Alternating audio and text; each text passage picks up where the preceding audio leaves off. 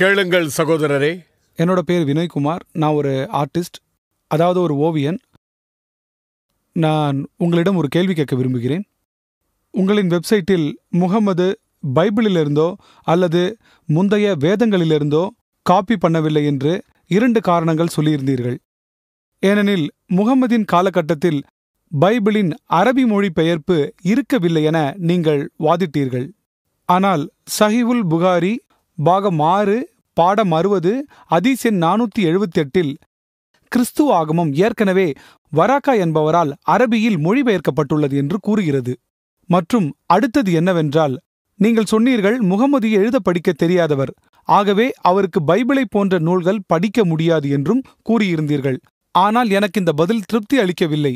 ஏனெனில் பிற முந்தைய நூல்களிலிருந்து கதைகளை கடன் பெற்றுக் கொள்வதற்கு முகம்மதுக்கு படிப்பறிவு இருக்க வேண்டும் என்ற அவசியம் இல்லை. முகம்மதுக்கு இதை காதால் கேட்கக்கூடிய தகுதி இருந்தால் போதும். வாய்மொழியால் சொல்லப்படும் இந்த கதைகளை கேட்டு மாறுதல் செய்து மதசாஸ்திர தகவல்களிலிருந்து எழுதிவிட்டு இது கடவுளிடமிருந்து இறங்கியதென்று சொல்ல முனைந்துள்ளார்.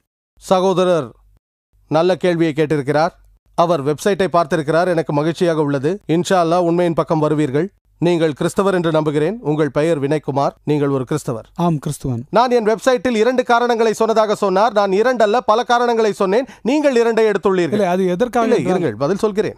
விஷயத்திற்கு சம்மந்தமில்லாமல் குறிப்பிட்டுள்ளீர்கள். இந்த 2 காரணங்கள் மட்டுமல்ல, நான் கொடுத்த பல காரணங்களில் இவை 2 காரணங்கள். நான் சொன்ன காரணங்களில் ஒன்று, இறைத்தூதர் முகமது நபி அவர்கள், அவருக்கு சாந்தி உண்டாகட்டும், ஒரு உம்மி. திருக்குரானில் அல்லாஹ் கூறுகிறான், சூரா அல் அன்கபூத் அத்தியாயம் 29 வசனம் 48, நாம் இறுதி இறை தூதரை ஒரு உம்மியாக ஆக்கினோம்.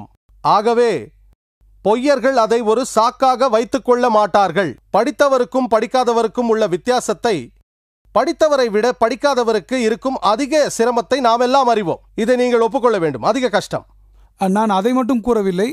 அதிக சிரமம். படிப்பறிவுள்ள ஒருவருக்கு ஒன்றை பார்த்து எழுத மிக இலகுவாக இருக்கும். அவரால் கேட்கவும் வாசிக்கவும் முடியும். படிப்பறிவில்லாத ஒருவரால் கேட்க மட்டுமே முடியும். ஆகவே விவாதத்திற்காக இதை ஏற்றுக்கொள்ளுங்கள். இது கஷ்டமான விஷயம். ஒப்புக்கொள்கிறீர்களா? ஒப்புக்கொள்கிறீர்கள். மாஷா அல்லாஹ். இந்த கருத்தை தான் பல இடங்களில் சுட்டிக்காட்டினேன். இது ஒன்று மட்டுமே கருத்தல்ல. பல கருத்துக்களில் இதுவும் ஒரு கருத்து. மற்றவற்றை பார்ப்போம். 2வது கருத்து, நீங்கள் குறிப்பிட்டீர்கள் அந்த காலகட்டத்தில் பைபிளின் அரபி மொழிபெயர்ப்பு இல்லை என்று நான் சொன்னதாக. நான் அதை ஒப்புக்கொள்கிறேன். நீங்கள் சஹீஹுல் புகாரி பாகம் 6 குறிப்பிட்டீர்கள், அதாவது வரகா. ஆம், அவர் கிறிஸ்தவ ஆகமங்களில் தேர்ச்சி பெற்றவர், உண்மைதான். ஆனால் அவர் பைபிளை மொழிபெயர்த்ததாக சொல்லப்படவில்லையே. ஆனால் இருக்கிறது. சகோதரரே, நான் உங்களுக்கு சவால் விடுகிறேன். குறிப்பிட்டுள்ளது. நான் உங்களுக்கு சவால் விடுகிறேன். கிறிஸ்தவ செயலாக்கத்தின்படி முதன் முதலாக பைபிள் எழுதப்பட்டது 10ஆம் நூற்றாண்டில்தான்.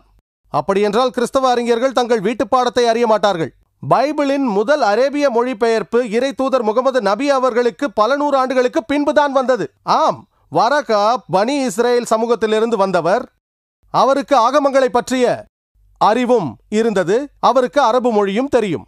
அவர் அதை மொழிபெயர்த்தார் என்று சொல்வது சில கருத்துக்களை எழுதியிருக்கலாம். ஆனால் மொத்த பைபிளையும் மொழிபெயர்ப்பது சாத்தியமே அல்ல. வரக்கா முழு பைபிளையும் மொழிபெயர்த்தார் என்று சஹீஹுல் புகாரியில் எங்குமே சொல்லப்படவில்லை. நான் உங்களுக்கு சவால் விடுகிறேன். வரக்காவிற்கு ஆகமங்களை பற்றியும் கட்டளைகளை பற்றியும் அறிவு இருந்தது என்று வேண்டுமானால் கூறப்பட்டிருக்கலாம். அவர் சில குறிப்புகளை எழுதியிருக்கலாம். ஒருவேளை உங்களுக்கு சல்மான் ரஷ்டியின் புத்தகம் தெரியுமா? சல்மான் ரஷ்டியின் புத்தகத்திலும் குரான் வசனங்கள் உள்ளன. அதை நான் குரான் என்று சொல்ல முடியுமா?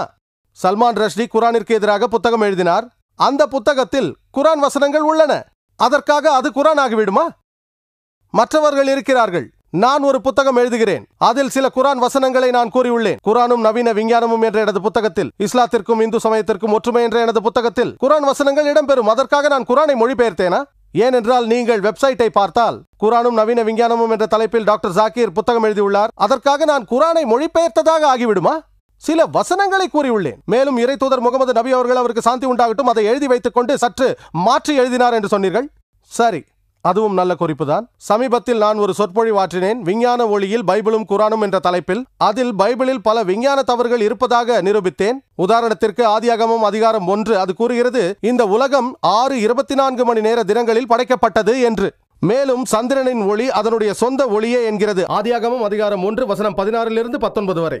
மேலும் பூமி படைக்கப்பட்ட பின்புதான் சூரியன் படைக்கப்பட்டது என்கிறது. பூமி 3ஆம் நாள், சூரியன் 4ஆம் நாள் படைக்கப்பட்டது. இதை போல சொல்லிக்கொண்டே போகலாம். முகமது நபி அவர்கள் இவற்றை எடுத்து அதை மாற்றினாரா? சந்திரன் ஒளி அதன் சொந்த ஒளி அல்ல, அது மற்றொன்றின் பிரதிபலிப்பு. திருக்குரான் சொல்கிறது, சூரா அல் ஃபுர்கான் அத்தியாயம் 25 வசனம் 61 சந்திரன் ஒளி வேறொன்றின் பிரதிபலிப்பு என்று. குரான் கூறுகிறது, இந்த உலகம் 6 ஐயாம்களில் 6 நீண்ட கால பருவத்தில் படைக்கப்பட்டது. முகமது நபி அவர்கள் இவற்றை மாற்றி எழுதினார் என்று சொல்கிறீர்களா? அவர் என்ன விஞ்ஞானியா? இல்லை, எல்லாம் வல்ல இறைவன் இறக்கியது. எனது முழு சொற்பொழிவையும் கேளுங்கள். ஒரு பகுதியை எடுத்துக்கொண்டால் எப்படி? ஒரு குறிப்பிட்ட பகுதியை எடுத்துக்கொண்டால் நல்லதல்ல. என் மொத்த சொற்பொழிவையும் கேளுங்கள். அதன் பிறகு நான் சொல்வேன். நான் ஏற்றுக்கொண்டாலும், அவர் பைபிளில் இருந்து காப்பி அடித்து சரி செய்தார் என்று ஏற்றுக்கொண்டாலும், ஒரு மனிதனுக்கு 1400 ஆண்டுகளுக்கு முன்பாக இது சாத்தியமாகுமா? எல்லா விஞ்ஞான பிழைகளையும் சரி செய்ய முடியுமா? தவறுகளை அவர் சரி செய்தார் என்றால் அதற்கு சாத்தியமே இல்லை. சாத்தியமே இல்லை. இதிலிருந்து இது நபி அவர்களுடைய வார்த்தைகள் இல்லை, இறைவனுடைய வார்த்தைகள் என்பது நிரூபிக்கப்பட்டு விட்டது. இதுவே எனது பதில். அடுத்த கேள்வியை கேளுங்க.